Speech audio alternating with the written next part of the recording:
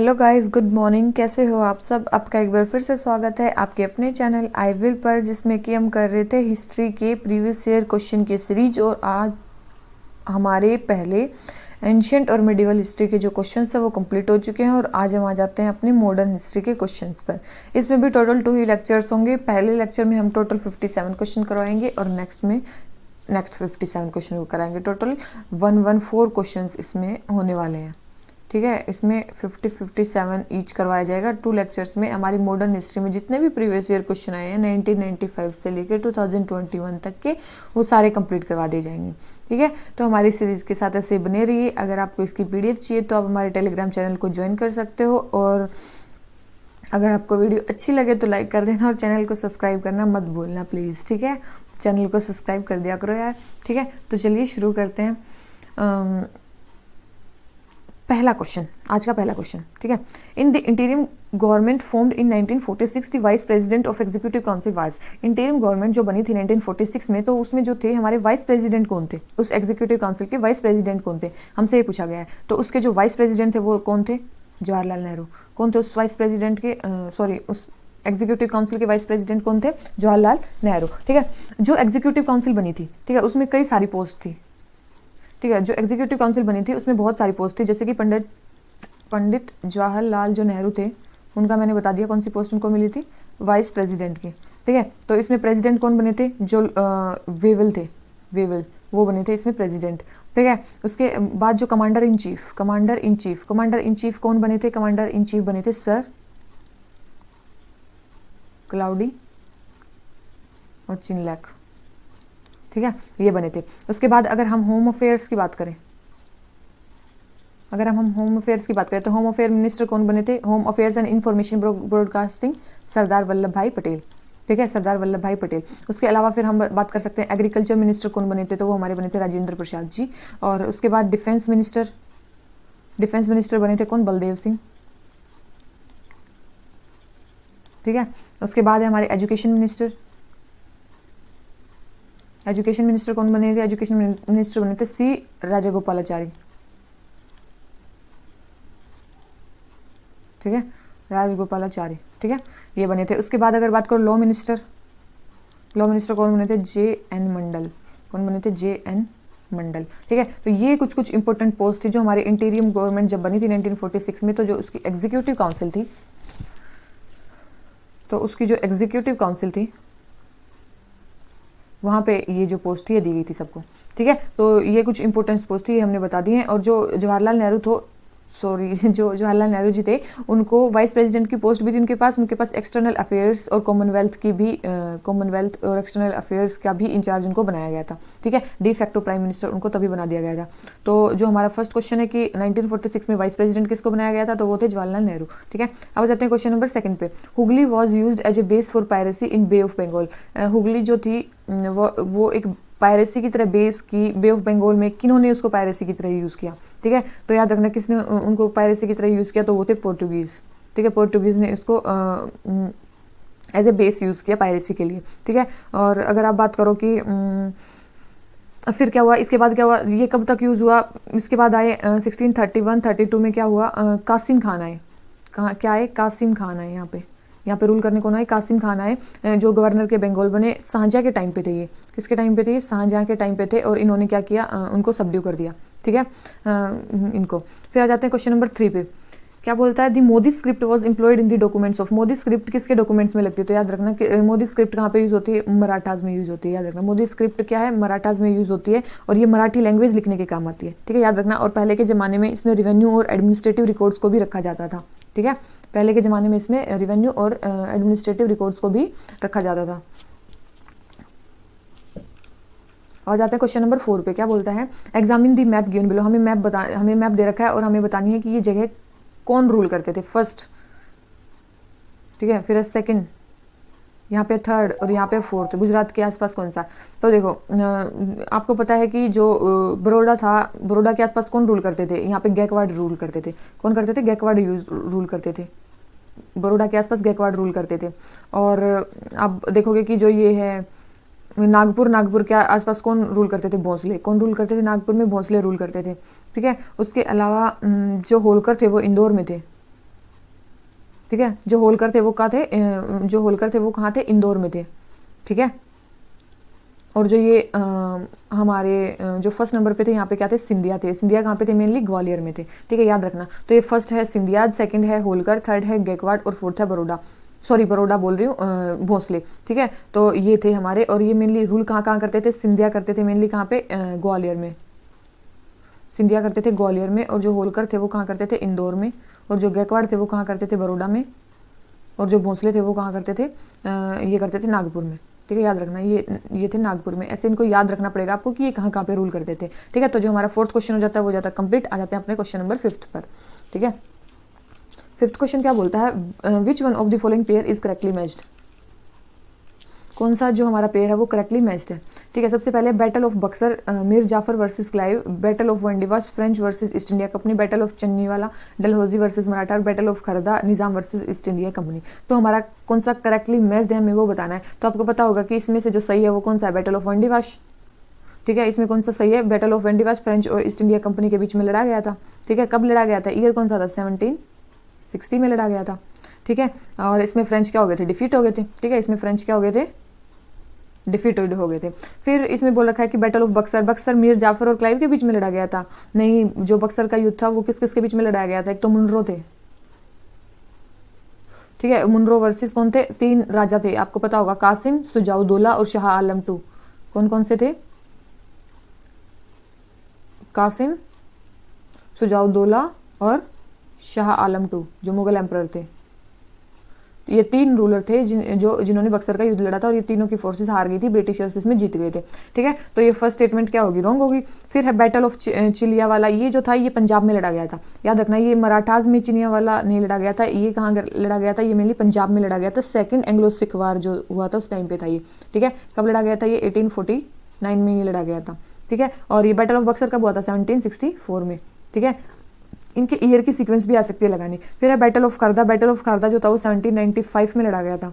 कब लड़ा गया था, 1795 में। निजाम ने तो लड़ा था, लेकिन किसके साथ, मराठास के साथ, ना कि ईस्ट इंडिया कंपनी के साथ। ये मराठास के साथ लड़ा था निजाम ने, ठीक है। तो याद रखना, तो ईस्ट इंडिया कंपनी नहीं थी, यहाँ पे मराठास थे। तो डी स्टेटमेंट भी रॉन्ग होगी, सी भी रॉन्ग होगी, फर्स्ट भी रॉन्ग होगी। ओनली बैटल ऑफ वंडीवाश जो था वो फ्रेंच और ईस्ट इंडिया कंपनी के बीच में लड़ा गया था 1760 में, ठीक है। तो हमारा 5th क्वेश्चन हो जाता है कंप्लीट। आ जाते हैं क्वेश्चन नंबर 6 पे।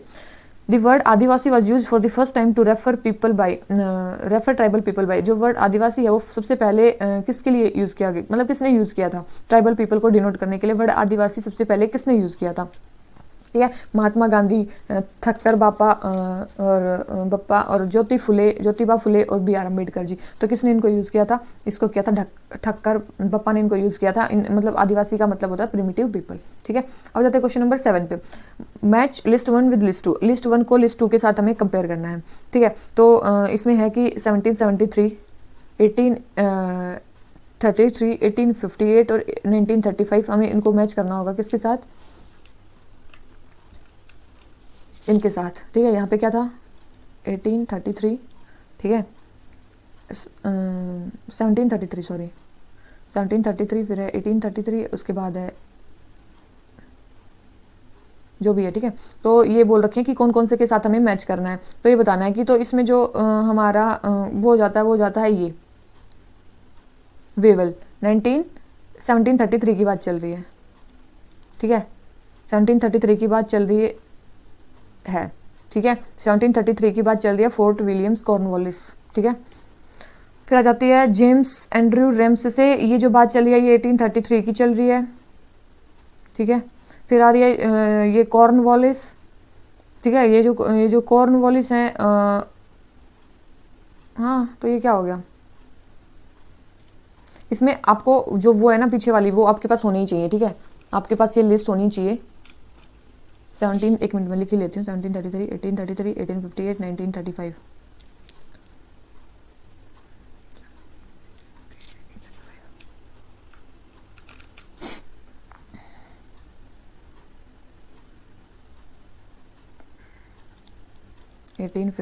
और 1935, ठीक है। ये सारी चीज़ें हैं हमारे पास, ठीक है। और 1773 है, ये 33 लिख रखा है मैंने, ठीक है। 1773, 1833, ठीक है, 1858 और 1935, इसको हमें मैच करना है, ठीक है। तो जो ये वाला जो 1773 वाला ये मैच हो जाता है इससे, ठीक है, हमारे कॉर्नवालिस से। ए का जो हो जाता है हमारा 3, ठीक है, 17 का ये हो जाता है Cornwallis.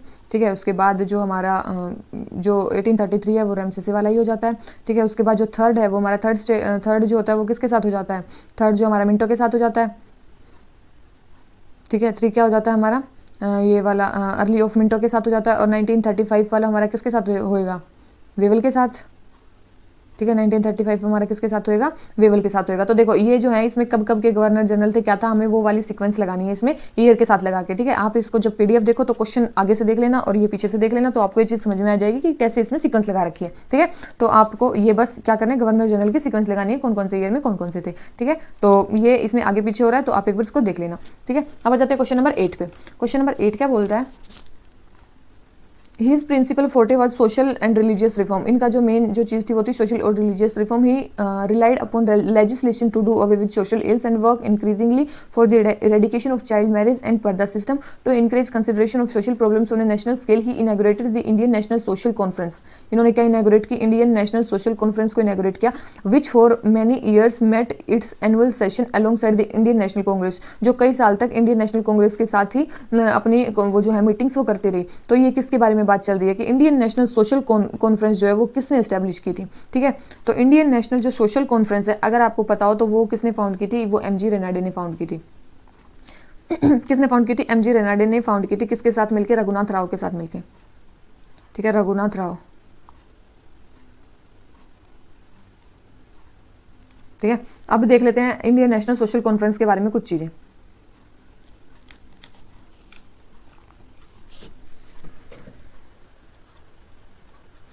One second, Indian national social conference के बारे में हमें देखनी है कि कौन कौन सी चीज़ें हैं। ठीक है, सबसे पहले हमने बता दिया कि फाउंड किसने की है, एमजी रेनाडे और रघुनाथ राव ने इनको फाउंड किया है। ठीक है, ये क्या थी, सोशल रिफॉर्म सेल थी इंडियन नेशनल कांग्रेस की। ये क्या थी, सोशल रिफॉर्म सेल थी किसकी, इंडियन नेशनल कांग्रेस की। ठीक है, इसके बाद इन्होंने एक फेमस मूवमेंट को भी लॉन्च किया था जिसका नाम था प्लेज मूवमेंट। जिनका नाम क्या था, जिस मूवमेंट का नाम क्या था, प्लेज मूवमेंट। इसमें क्या था, लोगों को शपथ लेनी पड़ती थी कि वो चाइल्ड मैरिज नहीं करेंगे। ठीक है, इसमें मेन था to inspire people to take an oath to prohibit child marriage. ठीक है, और इसका जो फर्स्ट सेशन हुआ था वो कब हुआ था, 1887 में। 1887 में हुआ था। कहाँ पे सबसे पहला सेशन कहाँ था इसका, मद्रास में। ठीक है, उसके बाद ये एनुअली मीट करती थी। कब मीट करती थी, एनुअली मीट करती थी, किसके साइड में, इंडियन नेशनल कांग्रेस की साइड में मीट करती थी, सेम वेन्यू पे।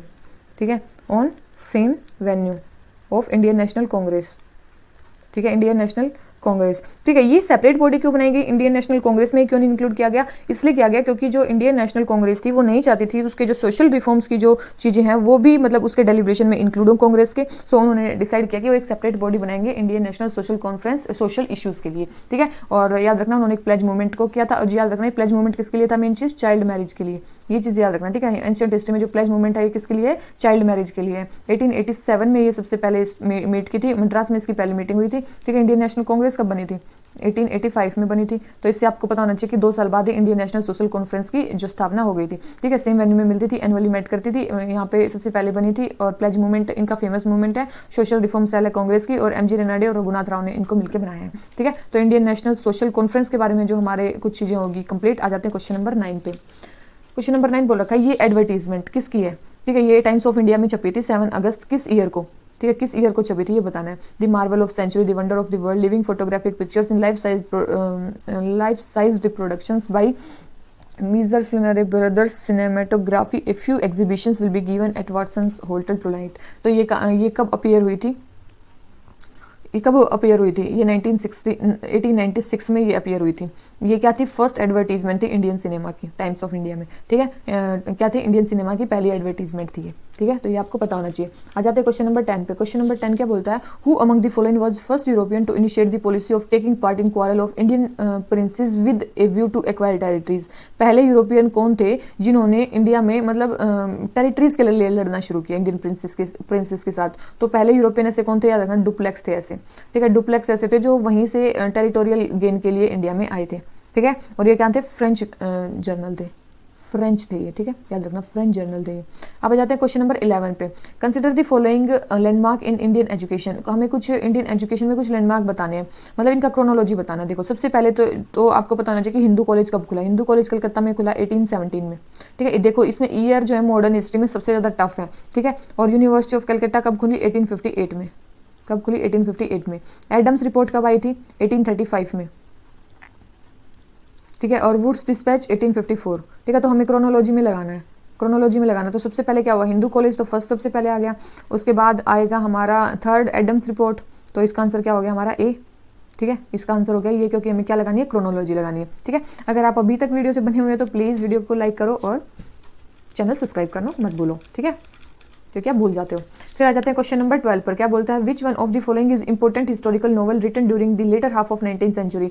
मतलब latter half of 19th century में इंपॉर्टेंट हिस्टोरिकल नॉवल जो था वो कौन सा था? नॉवल हमें बताना है, ठीक है, और कुछ नहीं बताना, नॉवल बताना है। तो याद रखना, इनमें जो फेमस नॉवल था वो कौन सा था? वो था दुर्गेश नंदिनी। ये जो दुर्गेश नंदिनी था ये किसने लिखा था? बंकिम चंद्र चटर्जी ने ये लिखा था, ठीक है। कब लिखा था? 1862-64 के आसपास, 1862-64 के आसपास इन्होंने लिखा था बांग्ला में, ठीक है। तो दुर्गेश नंदिनी था जो बंकिम चंद्र चटर्जी ने लिखा था और ये नोवेल था। इसके बाद अब बात करो कि फिर ये रस्त गुफ्तार क्या है? रस्त गुफ्तार को बोलते हैं, दूसरा नाम भी है ट्रूथ टेलर।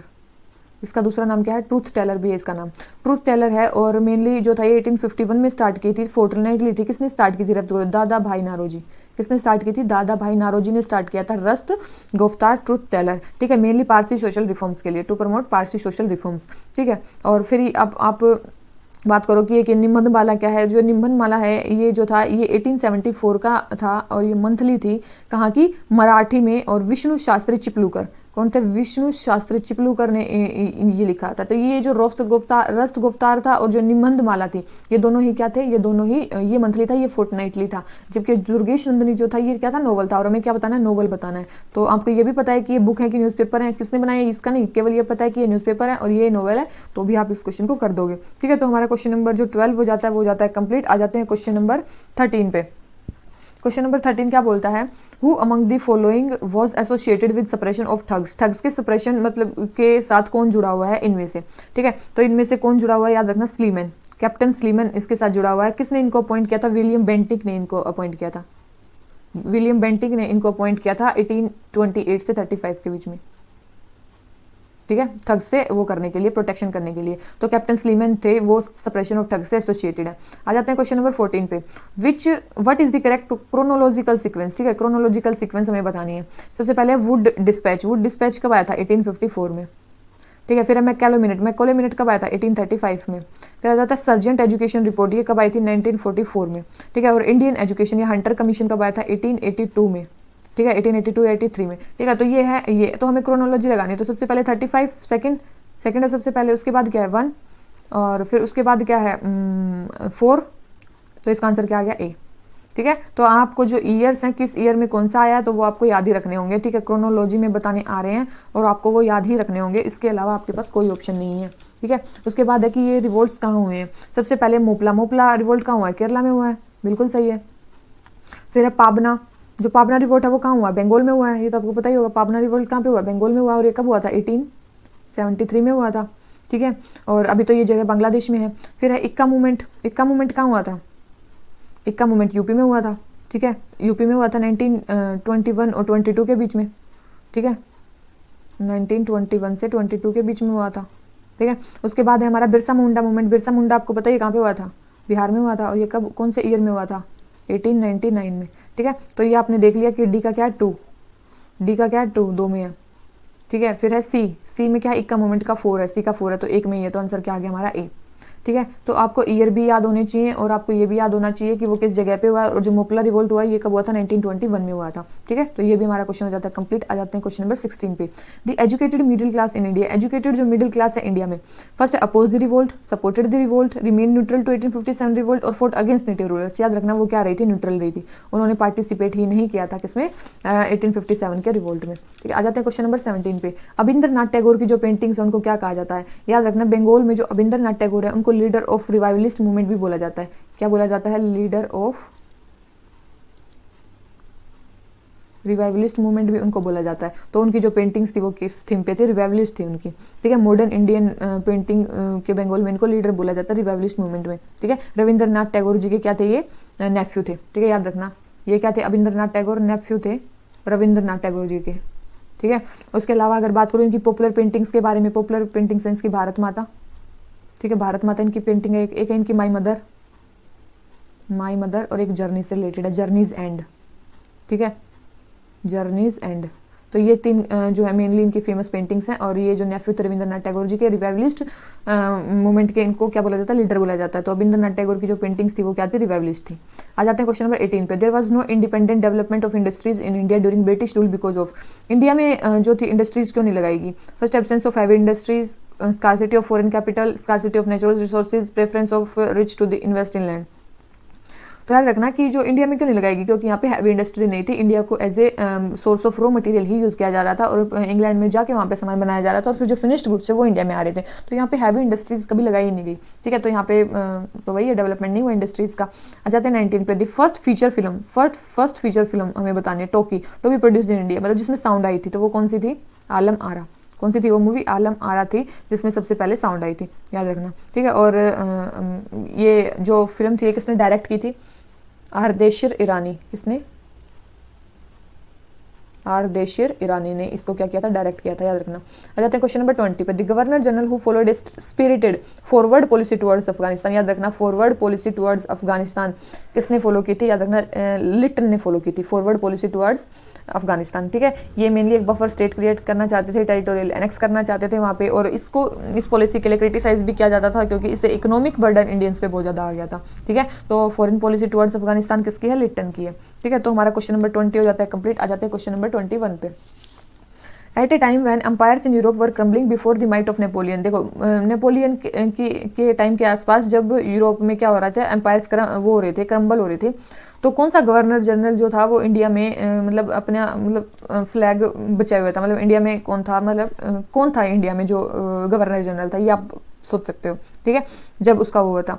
तो आपको याद रखना होगा कि नेपोलियन किस ईयर में था, ठीक है। तो 1815 में क्या हुआ था? वाटरलू का जो बैटल हुआ था वो हुआ था कहाँ पे? Near Brussels, French versus British के बीच में, ठीक है। और उसमें क्या हुआ थे, जो ये फ्रेंच थे वो हार गए थे, मतलब जो नेपोलियन हार गया था, फिर उसको एग्जाइल कर दिया गया था। और एग्जाइल करने के बाद 1821 में जो थी इनकी डेथ हो गई थी, शायद स्टमक कैंसर वगैरह की वजह से, ठीक है। तो हमें उस टाइम के बारे में बताना है। अब देखो, जो वॉरेन हेस्टिंग्स है किस टाइम के हैं? ये तो 1772 से लेके 85 के बीच के हैं, ठीक है। तो ये तो बहुत पहले का टाइम हो गया। नेपोलियन का मेन मतलब जो सबसे ज़्यादा हाई पे कब होंगे? जब वो वाटरलू का युद्ध लड़ा होगा 1815 के आसपास, ठीक है।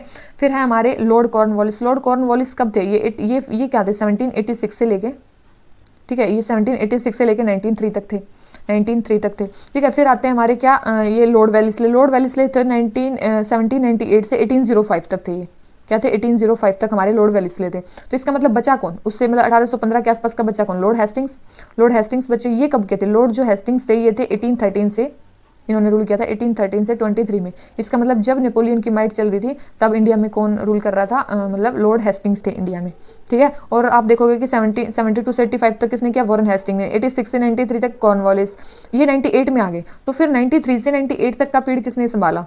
93 से 98 तक का पीरियड किसने संभाला? तो वो थे जॉन शोर। कौन थे वो? जॉन शोर थे, ठीक है, याद रखना। वो कौन थे? जॉन शोर थे, ठीक है।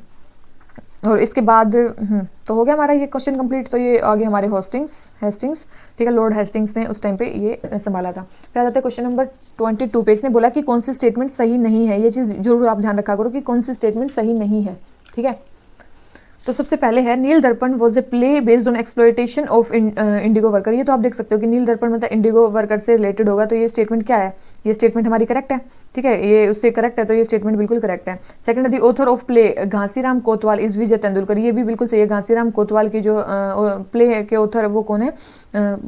ये कौन? विजय तेंदुलकर। और ये 1972 में उन्होंने लिखा था, ठीक है। उसके बाद है हमारा नवान प्ले जो था वो लिखा था, किसने बोल रहे हैं? नवीन चंद्र दास ने। देखो नहीं, जो नवाना जो प्ले था वो बंगाली ड्रामा था। ये मेनली बिजोन भट्टाचार्य जी ने लिखा था। किसने लिखा था? बिजोन भट्टाचार्य जी ने इनको लिखा था। और यस फेमाइन ऑफ बंगाल पे डिपेंडेंट था, लेकिन ये लिखा इन्होंने नहीं था। तो ये थर्ड स्टेटमेंट होगी इसका आंसर, कि यही स्टेटमेंट जो है हमारी रॉन्ग है, ठीक है। और फोर्थ है Urdu theatre used to depend heavily on Parsi theatre. तो ये स्टेटमेंट भी सही है कि जो उर्दू थिएटर होते थे वो मेनली पारसी थिएटर पे बेस हुआ करते थे। तो ये फोर्थ स्टेटमेंट भी करेक्ट होगी। तो ये हो गया हमारे सारे आंसर, ठीक। आ जाते हैं क्वेश्चन नंबर 23 पे। हमें मैच करना है लिस्ट 1 को लिस्ट 2 से। हमें बताना कि फर्स्ट वार ऑफ इंडिपेंडेंस ये किसने बोला है, ठीक है, किसकी बुक है? तो जो फर्स्ट वार ऑफ जो इंडिपेंडेंस है ये किसका है? वी डी सावरकर, ठीक है। आनंद मठ किसने लिखी है? आनंद मठ, ये आपको याद ही होगा, आनंद मठ, ठीक है। ये आनंद मठ किसकी है? बंकिम चंद्र चटर्जी की है। लाइफ डाइवाइन, लाइफ टाइमलाइन किसकी है? अरविंदो जी की, ठीक है, अरविंदो जी की। और साधना किसकी? रविंद्रनाथ टैगोर जी की, ठीक है। तो ये ऐसे याद रखना कि ये सारी हैं, तो आंसर आ जाता है हमारा ए, ठीक है, आंसर आ जाता है हमारा ए। हमें इन बुक्स को मैच करना उनके ऑथर्स के साथ, ठीक है। तो किसने किसने लिखी है, तो बुक्स एंड ऑथर्स और कौन क्या किस टाइम पे कर रहा है वो भी हमें याद ही रखना होगा। तो हमें 23 हो गया। आ जाते हैं क्वेश्चन नंबर 24 पे। फिर हमें बतानी है क्रोनोलॉजिकल सीक्वेंस कौन सी कब हुई थी। आपको पता होगा इंडिगो रिवोल्ट कब हुआ था? इंडिगो रिवोल्ट कब हुआ था? 1860 में, ठीक है। डक्कन रोएट कब हुए थे? 1875 में। फिर आगे हमारे संथाल रेबिलियन, संथाल रेबिलियन कब हुआ था? 1855-56 में, मतलब उससे पहले ही थोड़ा सा। 1857 के रिवोल्ट से और सिपाही म्यूटिनी कब हुई थी? 1857 में। तो हमें क्रोनोलॉजी बतानी है। तो पहला कौन सा हुआ था? सबसे पहले हुआ संथाल, सेकंड सबसे पहले हुआ, उसके बाद हुआ हमारा सिपाही म्यूटिनी, फिर हुआ हमारा क्या? इंडिगो। तो पहला सबसे पहले हुआ, तो आंसर क्या आ जाता है हमारा? डी, ठीक है। आंसर क्या आ गया हमारा? डी। हमें क्रोनोलॉजी में लगाना है। अगर आपको ईयर पता होंगे तो आप क्रोनोलॉजी में लगा लोगे, नहीं तो आप नहीं लगा पाओगे। तो आपको ईयर्स तो पता ही होनी चाहिए, ठीक है। अब जाते हैं क्वेश्चन नंबर 25 पे। क्या बोलता है कि ये हमें मैच करने हैं सारे के सारे, ठीक है, हमें सारे के सारे मैच करने हैं। तो इसने बोल रखा है कि तो 1775 देखो मैंने बताया था 1775 से 82 तक कौन सा युद्ध लड़ा गया था? फर्स्ट एंग्लो मराठा जो था वो बैटल हुआ था, ठीक है। फर्स्ट एंग्लो मराठा जो बैटल हुआ था वो 17 उसमें हुआ था। और यहाँ पे जो थे वो जो ब्रिटिश थे वो क्या हो गए थे? हार गए थे। तो यहाँ पे ट्रीटी ऑफ सालबाई हुई थी। कौन सी हुई थी? ट्रीटी ऑफ सालबाई भी हुई थी इसके बाद। तो ए का हो गया हमारा थर्ड, तो 2 में दे रखा है, ठीक है। फिर देख लेते हैं बी का, इसका मतलब फोर्थ है। बी का फोर्थ है, मतलब सेकंड एंग्लो मैसूर वार कब हुआ था? 1780 में हुआ था। फिर आता है 24 और 38 एंग्लो अफगान वार और एंग्लो बर्मीज वार, ठीक है। वार तो देखो ये जो है 1824 यहाँ पे कौन सा हुआ था? एंग्लो बर्मीज वार हुआ था। और जो 1838 है यहाँ पे कौन सा हुआ था? एंग्लो मराठा वार हुआ था। याद रखना ये सारी चीजें, ठीक है। यहाँ पे कौन सा हुआ था? एंग्लो मराठा वार हुआ था। तो एंग्लो अफगान वार हुआ था 1838 में। तो ये होगी हमारी सीक्वेंस। तो इसका जो आंसर हो जाता है वो क्या हो जाता है? सी, ठीक है। आपको ईयर किस ईयर में जो बैटल्स हो रहे थे वो तो आपको याद ही करने पड़ेंगे, उसमें उससे आपको कोई प्रोटेक्ट नहीं कर सकता है, ठीक है।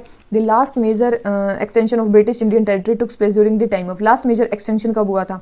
याद रखना लास्ट जो मेजर एक्सटेंशन हुआ था वो था डलहौजी के टाइम पे। इन्होंने डॉक्ट्रिन ऑफ लैप्स की एक नीति लाई थी, ठीक है। डॉक्ट्रिन ऑफ लैप्स में क्या था? बहुत सारी स्टेट्स को इन्होंने अपने अंडर ले लिया था, जैसे कि झांसी, सतारा, संबलपुर, जैतपुर, ठीक है। फिर आगे उदयपुर, उसके बाद नागपुर, अवध जो था वो तो मिस गवर्नेंस के कारण उन्होंने अपने अंडर ले लिया था, ठीक है। तो आंसर आ गया बी। आ जाते हैं क्वेश्चन नंबर 27 पे।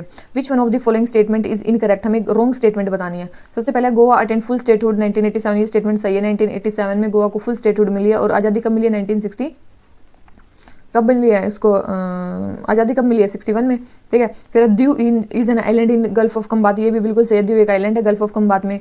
दमन and Diu were separated from Goa by 56th amendment act, ये भी सही है कि 56th अमेंडमेंट एक्ट से दमन एंड दीव को सेपरेट किया गया है। फिर डी है Dadar and Nagar Haveli were under French colonial rule till 1954, इसने बोला कि 1954 तक जो दादर एंड नगर हवेली थी वो फ्रेंच रूल के अंदर थी। याद रखना वो फ्रेंच रूल के अंदर नहीं थी दादर एंड नगर हवेली, वो किस रूल के अंडर थी? पोर्चुगीज के अंदर थी, पोर्चुगीज के अंदर थी दादरा नगर हवेली, ना कि फ्रेंच के अंदर। तो ये जो डी स्टेटमेंट है यही हमारी क्या होगी? रॉन्ग होगी, ठीक है। तो आंसर हो गया डी। आ जाते हैं क्वेश्चन नंबर 28 पे। Who among the following Indian ruler established embassy in foreign countries in modern lines, तो ये बोल रहा है कि एम्बेसी किसने सेटअप की थी फॉरेन कंट्रीज में मॉडर्न लाइन्स पे? तो वो कौन थे? आप सबको पता होगा, टीपू सुल्तान। कौन थे? टीपू सुल्तान थे जिन्होंने एम्बेसी सेटल की थी अपनी वहाँ पे, ठीक है, अपनी एम्बेसी वहाँ पे सेटअप की थी। अब आप एक चीज देखो टीपू सुल्तान जी के बारे में, ठीक है।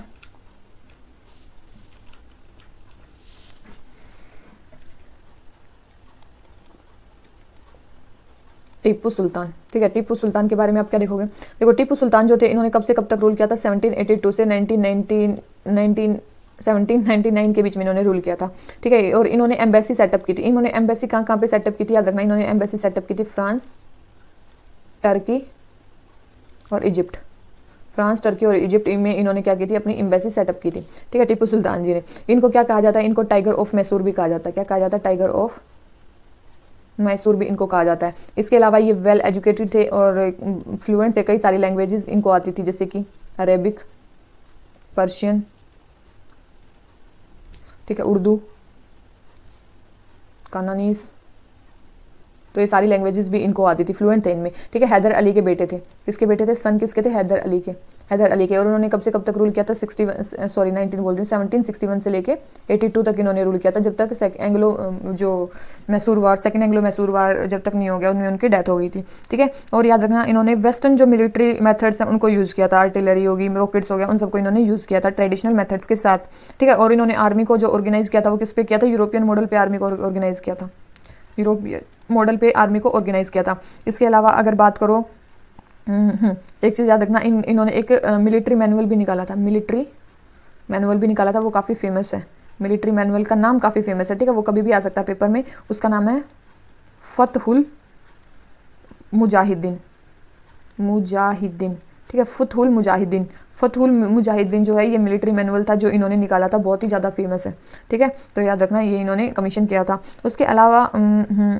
उसके अलावा ये जो थे ये जैकोबिन क्लब के मेंबर भी बने थे, जैकोबिन क्लब के मेंबर भी बने थे, ठीक है। और इन्होंने ट्री ऑफ लिबर्टी भी लगाया था, ट्री ऑफ लिबर्टी भी लगाया था। ट्री ऑफ लिबर्टी इन्होंने कहाँ लगाया था, सेरिंगपट्टम में, सेरिंगपट्टम में उन्होंने क्या लगाया था, ट्री ऑफ लिबर्टी भी लगाया था। ये चीज़ याद रखना, ट्री ऑफ लिबर्टी किसने लगाया था, टीपू सुल्तान ने लगाया था सेरिंगपट्टम में, ठीक है। और देखो इसमें जो टोटल ही एंग्लो मैसूर वार हुए वो 4 एंग्लो मैसूर वार हुए, ठीक है, जिसमें 2 में जो थे टीपू सुल्तान इन्वॉल्व थे, 4 बैटल्स हुए हैं, ठीक है। 4 बैटल्स में कब कब हुए हैं, 1767 से 69 में पहला हुआ, दूसरा हुआ 80 से 84 में, ठीक है, फिर हुआ 90 से 92 में, और फिर हुआ हमारा 1999 में, ठीक है। ये 17 है, ठीक है। तो ये होगा फर्स्ट, सेकंड, थर्ड, फोर्थ, ठीक है। और ये जो ये थे इनमें सारों में अलग अलग ट्रीटी हुई थी। सबसे पहले हुई थी ट्रीटी ऑफ मद्रास, यहाँ पे हुई थी ट्रीटी ऑफ मद्रास, ठीक है। फिर सेकंड में हुई थी ट्रीटी ऑफ मैंगलोर, ठीक है। जो तीसरी हुई थी वो हुई थी सेरिंगपट्टनम की जो यहाँ पे ट्रीटी हुई थी। और लास्ट में क्या हुआ था, यहाँ पे टीपू सुल्तान डाइड, यहाँ पे डेथ हो गई थी, और सब्सिडरी अलायंस के थ्रू इसको अपने साम्राज्य में ब्रिटिशर्स ने मिला लिया था, ठीक है। तो ये हो गया 1990 तक जो टीपू सुल्तान ने यहाँ पे क्या किया, रूल किया, ठीक है। तो ये चीज़ याद रखना। तो बस यही स्टेटमेंट होगी। यहाँ पे क्या हुए थे, 4 बैटल्स हुए थे, ठीक है। किसके ये थे, एंग्लो मैसूर, ठीक है। तो ये एंग्लो मैसूर के थे। 2 जो थे हैदर अली ने लड़े थे, पहले वाले 2, और जो 2 थे ये लड़े थे टीपू सुल्तान ने। अपने सेकंड बैटल में हैदर अली जी भी मर गए थे, और अपने सेकंड बैटल में ही टीपू सुल्तान जी भी मर गए थे। तो याद रखना ये एंग्लो मैसूर वॉर था, ठीक है। अब आ जाते हैं क्वेश्चन नंबर, ये हो गया हमारा क्वेश्चन नंबर 28। आ जाते हैं क्वेश्चन नंबर 29 पे। क्या बोलता हूँ, among the following is not correctly match. देखो नोट, ये स्टेटमेंट आप जरूर देख लेना कौन सी करेक्टली मैच नहीं है, पूछा है, ठीक है। तो फर्स्ट टेक्निकलर जो फिल्म थी वो थी झांसी की रानी, ठीक है। और सेकंड है India's film 3D film, India's first 3D film जो थी वो माय डियर। देखो ये सही है, ये भी सही है। और इंडियाज़ फर्स्ट इंश्योर्ड फिल्म थी ताल। देखो मूवीज़ के बारे में भी यूपीएससी ने पूछा हुआ है, ठीक है। तो ये मत सोचना कि कभी मूवीज़ से क्वेश्चन आ जाए तो कि ये कैसे आ गया। तो देखो ऐसे क्वेश्चन भी यूपीएससी में पूछे हुए हैं। और फिर फोर्थ है Indian first actress to win the Bharat Ratna. तो वो मीना कुमारी ऐसा नहीं है। सबसे पहले इंडिया में एक्ट्रेस नहीं, सबसे पहले इंडिया में भारत रत्ना मिला था, किसको मिला था, इंदिरा गांधी जी को मिला था, ठीक है। इंदिरा गांधी जी को मिला था सबसे पहला भारत रत्न। अगर वुमेन्स की बात करें, आज तक टोटल 5 ही वुमेन्स को मिला है, उसमें से सेकंड है मदर टेरेसा, ठीक है। ये पहली होगी इंदिरा गांधी जी, दूसरी होगी मदर टेरेसा, फिर है अरुणा आसफ अली, ठीक है, अरुणा आसफ अली। उसके बाद है एम एस सुब्बालक्ष्मी, ठीक है। और उनके बाद है लता मंगेशकर, ठीक है, लता मंगेशकर। तो इन 5 लेडीज को ही भारत रत्न आज तक मिला हुआ है, ठीक है। अब आ जाते हैं क्वेश्चन नंबर, ये भारत रत्न स्टार्ट कब हुआ था, वैसे 1954 में स्टार्ट हुआ था, ठीक है, याद रखना। तो अब आ जाते हैं क्वेश्चन नंबर 30 पे। Under the permanent settlement 1793, the zamindars were required to issue pattas to the farmer which were not issued by many of the zamindars regions। हमें बताना कि 1793 में जमींदार्स को पट्टा इशू करने थे और वो नहीं कर रहे थे। ऐसा क्यों था, क्योंकि मतलब क्यों नहीं था। सबसे पहले zamindars were trusted by farmers, second है there were no official check upon zamindars, third है it was responsibility of British government, और फोर्थ है the farmers were not interested in getting pattas. तो याद रखना क्यों नहीं था, क्योंकि उन पे कोई ऑफिशियल चेक नहीं था जमींदार्स पे, इसीलिए। क्योंकि जो परमानेंट सेटलमेंट के थ्रू क्या था, ब्रिटिशर्स को अपनी परमानेंट जो था वो रिवेन्यू मिल जाता था, 10th of the 11 जो भी कलेक्ट करते थे वो मिल जाता था। तो वो पट्टा चाहे ट्रांसफर करे चाहे ना करें, उससे कोई मतलब नहीं होता था उनको। तो वो कोई ऑफिशियल चेक नहीं था जमींदार्स पे, ठीक है। आ जाते हैं 31 पे। क्या बोलते हैं, are Arya Samaj was founded in 35। ये तो आपको मतलब मेरे ख्याल से पता ही होगा कि 35 में आर्य समाज फाउंड नहीं किया गया था, 75 में फाउंड किया गया था। तो फर्स्ट स्टेटमेंट रॉन्ग होगी। सेकंड है Lala Lajpat Rai opposed the appeal of Arya Samaj. देखो लाला लाजपत राय जी ने तो आर्य समाज ज्वाइन भी किया था, ठीक है, तो उन्होंने अपोज तो किया ही नहीं होगा, तो सेकंड स्टेटमेंट भी रॉन्ग है, तो हमारी सेकंड स्टेटमेंट भी रॉन्ग है और सेकंड स्टेटमेंट रॉन्ग होते हैं, हमारा आंसर आ जाता है डी। इसका मतलब केशव चंद्र सेन के अंदर क्या होता है, ब्रह्म समाज जो था वुमेन एजुकेशन के बारे में कैंपेन किया था और विनोबा भावे ने सर्वोदय समाज की स्थापना की थी, ठीक है। तो याद रखना ये 3 और 4 करेक्ट हैं और फर्स्ट एंड सेकंड जो है वो इनकरेक्ट है, ठीक है। अब आ जाते हैं क्वेश्चन नंबर 32 पे। क्या बोलता है, among the following Englishman first translated Bhagavad Gita into English. Bhagavad Gita को इंग्लिश में वो ट्रांसलेट किसने किया था, तो याद रखना किसने किया था, एशियाटिक सोसाइटी ऑफ बंगाल के मेंबर थे विलियम जोन्स, ठीक है।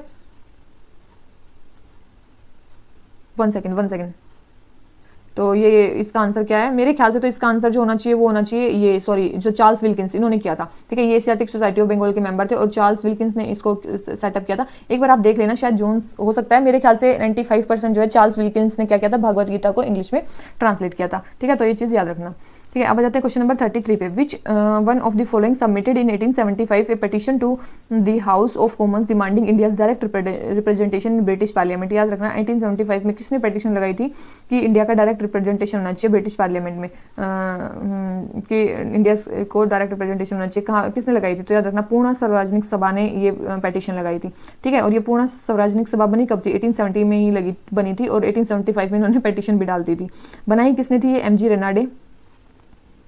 एमजी रेनाडे और जोशी जी ने मिलकर बनाई थी, एमजी रेनाडे एंड जोशी, ठीक है। तो ये हो गया हमारा आंसर डी। आ जाते हैं 34 पे।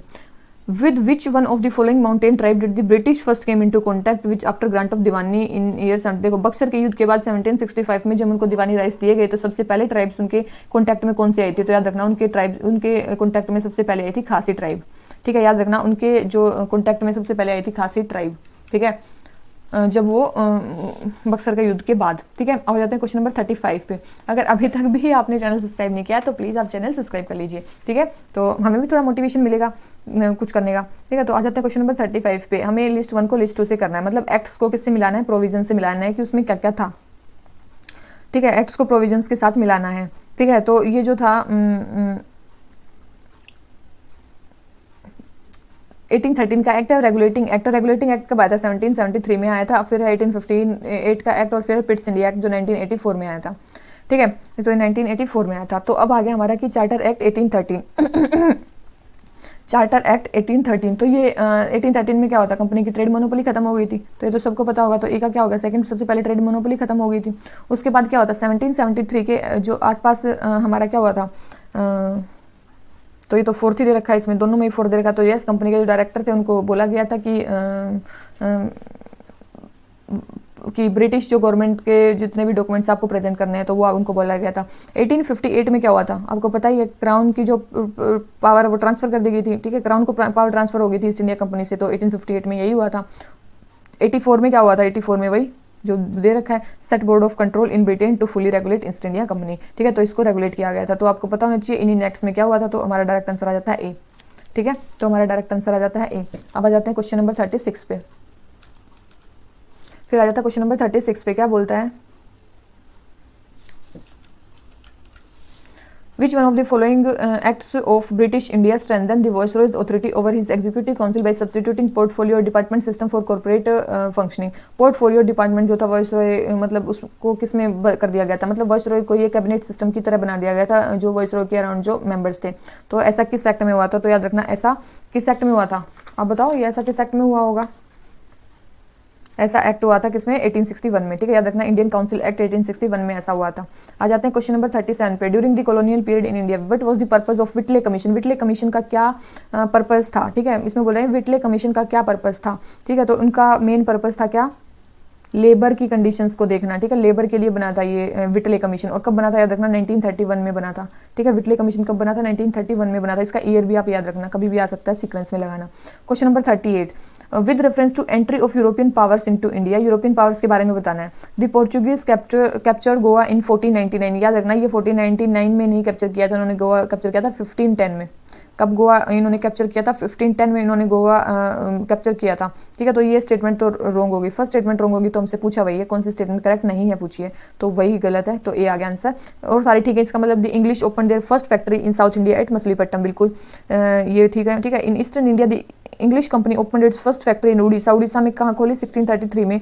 और डुप्लेक्स के अंदर जो फ्रेंच थे उन्होंने मद्रास को ऑक्यूपाई किया 1746 में, ये स्टेटमेंट भी सही है। तो ये सारी स्टेटमेंट होगी नीचे वाली करेक्ट, तो आंसर आ गया ए। आ जाते हैं क्वेश्चन नंबर 39 पे। In India among the following location the Dutch establish there earliest factory, Dutch ने अपनी सबसे पहली फैक्ट्री कहाँ पे एस्टैब्लिश की थी। ठीक है, डच ने अपनी सबसे पहले कहाँ पे की थी, देखो तो ये सबसे पहले तो जो डच की फैक्ट्रीज थी ना वो मसूलीपट्टनम में लगी थी। ठीक है, 1605 में। ठीक है, उसके बाद हमारी पुलिकट में लगी थी, कब, 1610 में। ठीक है, उसके बाद हमारी लगी थी सूरत में, सूरत में लिखी थी 1616 के आसपास। फिर हमारा आया बिमलीपट्टनम में, कब आया, बिमलीपट्टनम में हमारी लगी थी 1641 में, इनकी सॉरी हमारी बोल रही हूँ डच की। ठीक है, और फिर आगे चिंसुरा, चिंसुरा में लगी थी 1653 में। तो ये ऐसे ऐसे डच की फैक्ट्री लगी हुई है। तो इसमें मछलीपट्टनम तो दे नहीं रखा, तो हमें दे रखा क्या, पुलिकट, तो हमारी पुलिकट में लगी थी सेकंड फैक्ट्री 1610 में। ठीक है, तो वही बोल रहा है कि सबसे पहले पहले कहाँ कहाँ उनमें लगी थी, सूरत में भी वहाँ पे लगी हुई है। ठीक है, सूरत में 1616 में लगी थी, तो ये चीज़ आप याद रखना। आ जाते हैं क्वेश्चन नंबर 14 पे। Aim of education was stated by Wood dispatch of 1854 was, क्या मतलब वुड डिस्पैच का मेन जो एम था वो क्या था, मेन एम क्या था, याद रखना, साइंटिफिक रिसर्च और रैशनलिज्म को ट्रेडिशनल इंडियन एजुकेशन में इंट्रोड्यूस करना ही उनका मेन एम था। ठीक है, याद करना। और मैं अब तब से आपको बोल रही हूँ, हर एक टेस्ट में बोलती हूँ कि आपको इस टेस्ट का मैक्सिमम फायदा तभी होने वाला है जब आप वीडियो पोस्ट करोगे, पहले अपना आंसर खुद लगाओगे और उसके बाद देखोगे उसका आंसर क्या हो रहा है, और फिर लगभग आपको वो चीज़ याद रह जाएगी। एक बार फिर से उसको रिवाइज करना, तो आपको देखना ये सारे क्वेश्चन जो है वो रटे जाएंगे। ठीक है, अदरवाइज इसका कोई फायदा नहीं है करने का। फिर आ जाते हैं क्वेश्चन नंबर 41 पे। और अब तक आपने वीडियो को लाइक नहीं किया, सब्सक्राइब नहीं किया, तो चैनल को सब्सक्राइब कर लो। ठीक है, आ जाते हैं क्वेश्चन नंबर 41 में। विच one of the following statement is not correct, कौन सी स्टेटमेंट करेक्ट नहीं है, हमें नहीं है बतानी है। ठीक है, ये स्टेटमेंट देखो हिस्ट्री में बस यही आ रहा है, कौन सी स्टेटमेंट सही नहीं है। ठीक है, तो आते हैं 41 पे। क्या बोलता है कि Ali Mardan Khan introduce system of revenue farming in Bengal. देखो रिवेन्यू फार्मिंग को आपने सुना होगा कि किसने शुरू किया था, फारूक सियार ने शुरू किया था। किसने शुरू किया था, फारूक सियार ने शुरू किया था, ना कि अली मर्दान खान ने। तो फर्स्ट स्टेटमेंट ही रॉन्ग होगी, तो आंसर क्या आ गया, ए। इसका मतलब और स्टेटमेंट्स करेक्ट है। Maharaja Ranjit Singh set up modern foundries can at Lahore, बिल्कुल।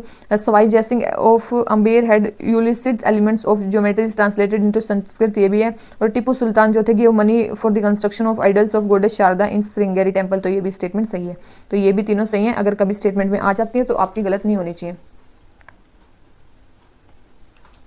ठीक है, तो ये हो गया हमारा क्वेश्चन नंबर 41। आ जाते हैं क्वेश्चन नंबर 42 पे।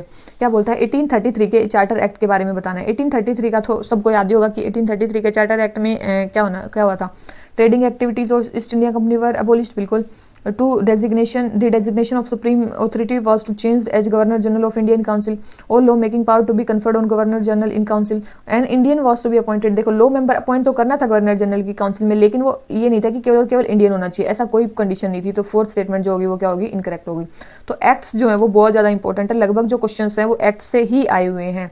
ठीक है, एक्ट से ही आए हुए हैं क्वेश्चन, और जो बैटल्स हैं उससे क्वेश्चन आए हुए हैं। ठीक है, याद रखना, बैटल्स, वॉइसरॉय और एक्ट्स, ये तीन ही चीज़ों से क्वेश्चन है इसमें। आ जाते हैं क्वेश्चन नंबर 43 पे। With reference to colonial rule in India what was sought by the Ilbert bill in 1833 में 83 में क्या हुआ था, इल्बर्ट बिल में। तो आपको पता ही होगा इल्बर्ट बिल कंट्रोवर्सी क्या थी। इल्बर्ट बिल को कौन लेके आए थे, रिपन लेके आए थे, और इन्होंने क्या कर दिया था, इंडियंस और यूरोपियंस को इक्वल पे कर दिया था क्रिमिनल ज्यूरिडिक्शन में। ठीक है, तो इक्वल्स पे कर दिया था इंडियन और यूरोपियंस को। तो यही थी इल्बर्ट बिल कंट्रोवर्सी। आ जाते हैं क्वेश्चन नंबर 44 पे।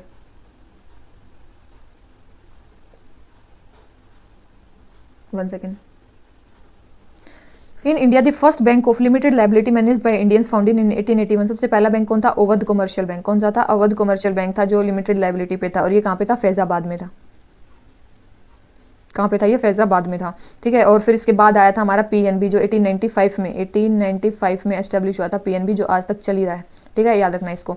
आ जाते हैं क्वेश्चन नंबर 45 पे। हमें बताना है कौन सा बैटल जो है वो कब हुआ था। ठीक है, तो हमें करेक्ट बताना है कि कौन सा है। ठीक है, करेक्ट बताना है हमें कौन सा है। सब तो देखो, सबसे पहले तो है इसने बोला क्या, first Anglo Maratha. First Anglo Maratha जो वार था वो हुआ था, आपको पता ही है, मैंने बताया था 1775 से लेके 82 के बीच में, भी थोड़ी देर पहले भी आया था, 1775 से 82 के बीच में हुआ था। तो 1775 से 82 के बीच में तो कोई दे नहीं रखा है। ठीक है, तो ये 67 दे रखा, तो ये स्टेटमेंट होगी हमारी रॉन्ग। तो फर्स्ट स्टेटमेंट तो हो जाती है हमारी रॉन्ग। फिर है हमारा क्या कि सेकंड एंग्लो सिख वार इसमें बोल रखा है, सेकंड एंग्लो सिख वार। देखो जो सेकंड एंग्लो सिक वॉर था ये कब हुआ था, ये 48-49 में हुआ था। कब हुआ था, 48-49 में हुआ था। और इसमें दे रखा है कि 45-46 में हुआ था, नहीं 45-46 में पहला हुआ था, 48-49 में सेकंड हुआ था। ठीक है, तो ये स्टेटमेंट भी हमारी रॉन्ग हो जाती है, तो फोर्थ स्टेटमेंट भी हमारी रॉन्ग हो जाती है, तो हमारा आंसर आ जाता है डी। ठीक है, कि जो ये है ये दो स्टेटमेंट है ये करेक्ट है कि थर्ड मैसूर वार 90 में हुआ था और ये कब हुआ था, एंग्लो बर्मीज वार 1824 से 26 के बीच में हुआ था। ठीक है, तो ये हो गया हमारा कंप्लीट। आ जाते हैं क्वेश्चन नंबर 46 पे। इसमें भी हमें नेक्स्ट में बताना है कि कौन सा करेक्ट नहीं है, बताना है क्या बताना है, कौन सा करेक्ट नहीं है। ठीक है, तो पिट्स इंडिया एक्ट के टाइम पे कौन था, डॉक्ट्रिन ऑफ लैप्स किसने लाई थी, देखो अभी थोड़ी देर पहले बताया था डलहौजी ने लाई थी doctrine of lapse, Ilbert bill अभी बताया, रिपन लेके आए थे। ठीक है, वर्नाकुलर जो प्रेस एक्ट है ये आपको पता होना चाहिए, काफी ज्यादा इंपॉर्टेंट एक्ट। जो वर्नाकुलर प्रेस एक्ट है वो कौन लेके आए थे, लिट्टन लेके आए थे। कौन लेके आए थे, लिट्टन लेके आए थे, ना कि कर्जन। ठीक है, तो थर्ड स्टेटमेंट क्या होगी हमारी, रॉन्ग हो गई। ठीक है, और ये तो है ही कि पिट्स इंडिया एक्ट के टाइम पे कौन था, वेरन हेस्टिंग्स। ठीक है, ये तो मतलब सही स्टेटमेंट है। ठीक है, तो इसका आंसर क्या हो गया हमारा, सी। ठीक है, वर्नाकुलर प्रेस एक्ट जो था वो लिटन लेके आए थे 1878 में। आ जाते हैं 47 पे। क्या बोलता है, इनको क्रोनोलॉजी में लगाना है इनको। तो ये जो कर्जन थे ये किस टाइम पे थे, 1905 के टाइम पे थे। ठीक है, चेम्सफोर्ड जो थे वो हमारे कब थे, 1916 के आसपास थे, 21 तक। ठीक है, नॉन कोऑपरेशन मूवमेंट के टाइम के आसपास। ठीक है, उसके बाद हार्डिंगे जो थे ये कब थे, 1910 से 15 में थे, ये 16 में। और उसके बाद इरविन कब थे, 26 से 31 के बीच में थे। ठीक है, तो यही सीक्वेंस है। ठीक है, तो आंसर क्या आ गया, A 1 3 2 4। ठीक है, तो ये थी इनकी सीक्वेंस। आपको ईयर याद ही होनी चाहिए कौन से वायसरॉय जनरल कब थी। ठीक है, 48 तो हमें बतानी क्रोनोलॉजी जब ये एनेक्स हुए थे, झांसी, संबलपुर और सतारा। मैंने बताया था डॉक्ट्रिन ऑफ लैप्स के थ्रू ये हुए थे, क्या सारे के सारे एनेक्स हुए थे। तो इनकी भी क्रोनोलॉजी बतानी है कि कौन से ईयर में हुए थे। तो याद रखना कि जो झांसी था वो 54 में हुआ था, 1854, और जो संबलपुर था वो 1849 में हुआ था, और जो सतारा था वो 1848 में हुआ था। तो इनकी जो सीक्वेंस है वो आपको पता ही चल गई होगी, क्या है इसकी सीक्वेंस, 3 2 1 अपोजिट लिख रखे हैं। ठीक है, अब आ जाते हैं क्वेश्चन नंबर 49 पे। क्या बोलता है, 49 बोलता है, in the third battle of Panipat Ahmad Shah Abdali defeated Ibrahim Lodi.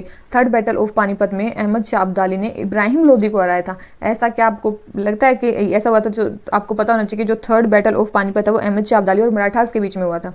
ठीक है, अहमद शाह अब्दाली और किसके बीच में हुआ था, मराठास के बीच में हुआ था, ना कि इब्राहिम लोदी। ठीक है, तो फर्स्ट बैटल था, तो फर्स्ट स्टेटमेंट होगी इनकरेक्ट। देखो फर्स्ट स्टेटमेंट हो गई इनकरेक्ट।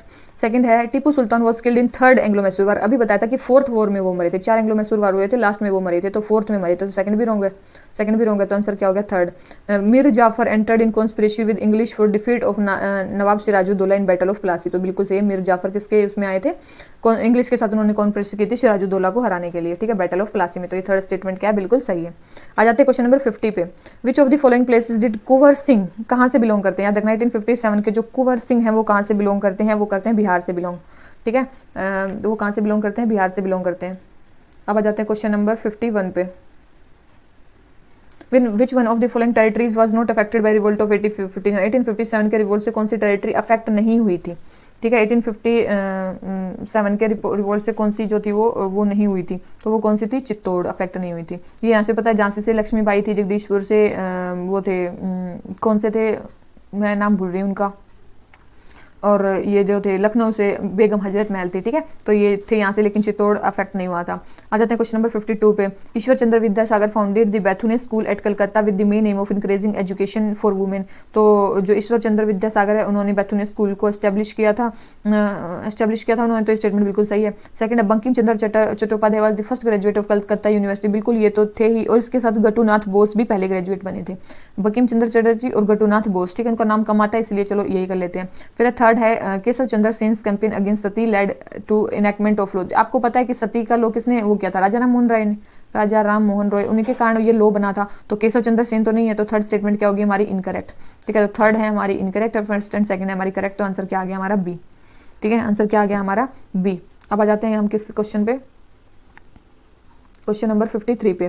क्या बोलता है, who among the following repeal the vernacular press act. Vernacular press act को किसने रिपील किया था, हमें बताना है कि रिपील करना है। सबसे पहले लगाया किसने था, अभी बताया था कि लिट्टन ने इसको लगाया था, और हटाया किसने था, रिपन ने हटाया था। ठीक है, लिट्टन ने लगाया था और रिपन ने हटाया था, ये चीज ध्यान रखना। ठीक है, 1808 में ये फोर्स में आया था और 1882 में रिपन ने इसको हटा दिया था।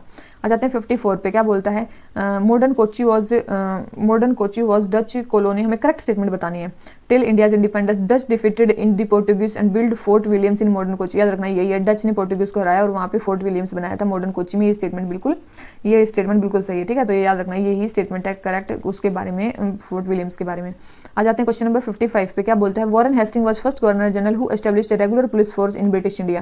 देखो रेगुलर पुलिस फोर्स जिसने एस्टैब्लिश की थी वो थे लॉर्ड कर्जन, ठीक है। लॉर्ड जो कर्जन थे उन्होंने रेगुलर पुलिस फोर्स को एस्टैब्लिश किया था, ना कि वॉरेन हेस्टिंग ने। तो जो फर्स्ट स्टेटमेंट हो जाती है वो हो जाती है हमारी रॉन्ग, और फर्स्ट स्टेटमेंट रॉन्ग होते ही हमारा आंसर ही आ जाता है, ठीक है। डायरेक्ट बी आंसर आ गया हमारा, ठीक है। इसका मतलब सुप्रीम कोर्ट कब एस्टैब्लिश किया गया था, रेगुलेटिंग एक्ट 1773 के अंडर, और आईपीसी कब आया था 1860 में, ठीक है। तो हमारा क्वेश्चन नंबर जो 55 हो जाता है वो भी हो जाता है। याद रखना पहली रेगुलर पुलिस फोर्स किसने एस्टैब्लिश की थी, लॉर्ड कर्जन ने, ठीक है। तो ये आपको याद रखना है, भूलना नहीं है ये चीजें, ठीक है। आ जाते हैं क्वेश्चन नंबर 56 पे सॉरी 56 क्या बोलता है, which of the following is correct chronological order of battles fought in India in 18th century. Chronology ही बतानी है, फिर से हमें क्रोनोलॉजी बतानी है। बैटल ऑफ वेंडिवोश, अभी थोड़ी देर पहले बताया था कि वेंडिवोश वाला बैटल कब हुआ था, 1760 में हुआ था। बक्सर कब हुआ था, 1764 में हुआ था, ठीक है। और जो हमारा ये बैटल ऑफ अंबूर है, ये अंबूर कब हुआ था, 1749 में हुआ था। याद रखना ये 1749 में हुआ था, और प्लासी 1757 में हुआ था, ठीक है। तो जो इसका आंसर क्या हो गया, वो हो गया, देखो सबसे पहले क्या होगा, सबसे पहले होगा बैटल ऑफ अंबूर, ठीक है। उसके बाद क्या होगा, बैटल ऑफ प्लासी, उसके बाद क्या होगा, बैटल ऑफ वॉन्डिवोश, और उसके बाद बैटल ऑफ बक्सर, ठीक है, याद रखना। तो ये हो गया हमारा आंसर बी। आ जाते हैं क्वेश्चन नंबर 57 पे, फेबिनिज्म के प्रोपोनेंट कौन थे, ठीक है। याद रखना फेबिनिज्म के प्रोपोनेंट कौन थी, एनी बेसेंट जी थी। फेबिनिज्म मूवमेंट की जो वो थी प्रोपोनेंट, वो कौन थी, एनी बेसेंट जी थी। तो ये चीज याद रखना। तो ये हमारे क्वेश्चन टोटल 57 जो क्वेश्चन है आज हमारे कंप्लीट हो जाते हैं, और जो कल हैं, कल भी हम टोटल 57 क्वेश्चन कराएंगे, और हमारे जितने भी मॉडर्न हिस्ट्री के क्वेश्चन हैं वो कंप्लीट हो जाएंगे। अगर आपको वीडियो अच्छी लगी हो तो लाइक करना, और चैनल को सब्सक्राइब करे बिना प्लीज मत जाना, ठीक है, क्योंकि बहुत सारे बच्चे तो चैनल सब्सक्राइब करना ही भूल जाते हैं, ठीक है। तो प्लीज आप एक बार एक लाइक कर दो, ठीक है, अगर आपको वीडियो अच्छी लगी हो, और शेयर कर दिया करो यार, ठीक है। फैमिली में जितने भी मेंबर्स हैं सबके फोन से सब्सक्राइब कर दो चैनल, ठीक है। तो चलिए इसी नोट पे आज का लेक्चर खत्म करते हैं। Thank you very much, bye bye.